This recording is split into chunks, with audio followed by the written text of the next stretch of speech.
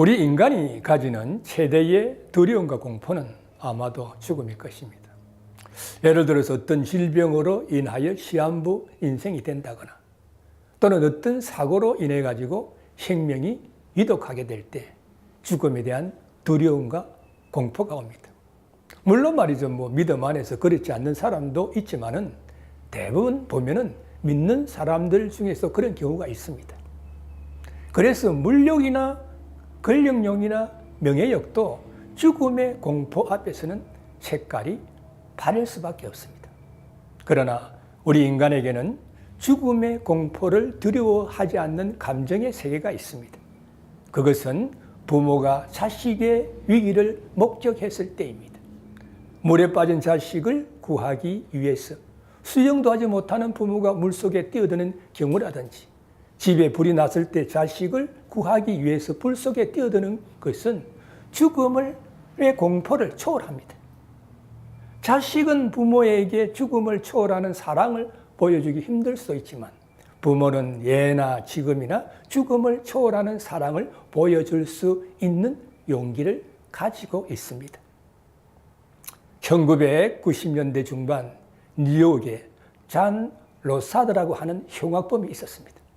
그는 10대 후반에 끔찍한 성폭행을 저질러가지고 14년형을 살고 석방되자마자 다시 연쇄범죄를 저질렀는데 그 수법이 너무나 소름이 끼쳐가지고 악마의 하신이라고 불렀습니다. 당시 재판을 맡았던 뉴욕 슈프림 코트의 판사는 최저 50년, 최고 100년형을 선고하면서 말하기를 이런 악마를 가석방시켜서 다시 사회로 내보내는 사람은 천벌을 받아 마땅할 것이다. 내가 죽어 무덤에 가서라도 지켜보겠다는 말을 했다고 합니다. 그런데 1999년 뉴욕 타임즈는 18년간 매주 감옥의 아들을 면회가는 팔순 노인의 삶을 소개한 적이 있었습니다. 바로 잔 로사드의 어머니 아델라이다 로사드였습니다.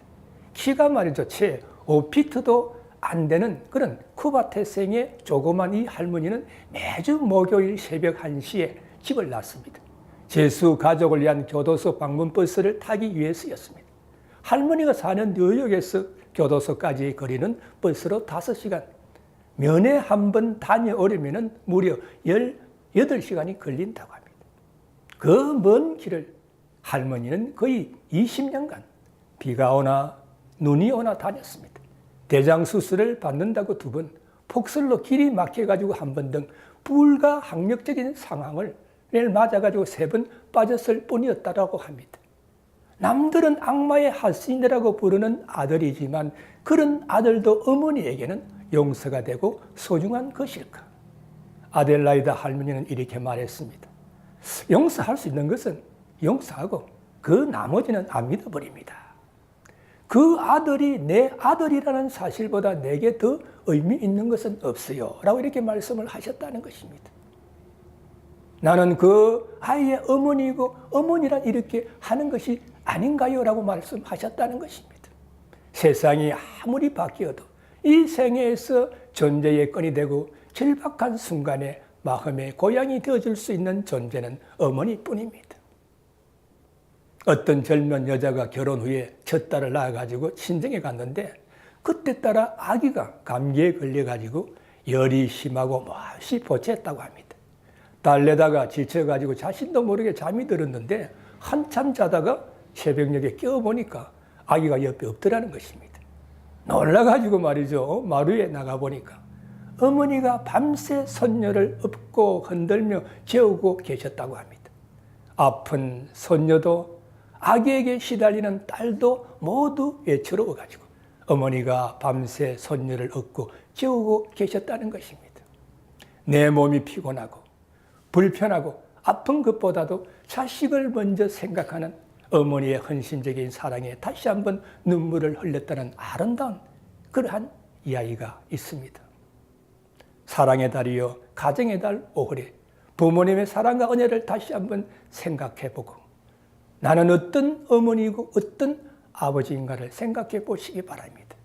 어머니 부모님이 소천하신 그런 분들은 또 생전에 부모님을 다시 한번 그리워하는 시간이 되시기 바랍니다. 그러면 우리가 부모를 공경해야 하는 그런 이유가 무엇인가? 하나님의 명령이기 때문입니다.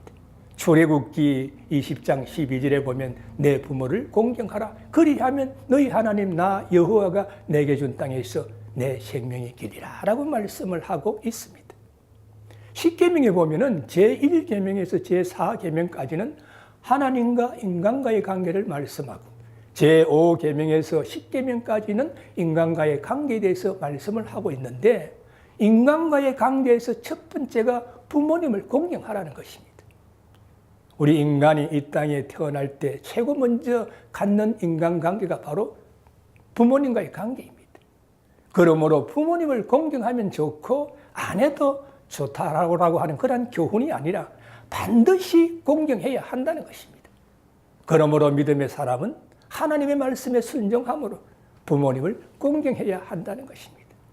즉 믿음의 사람은 부모님을 공경해야 할 뿐만 아니라 다른 사람들에게 본을 보일 정도가 되어야 한다는 말씀입니다.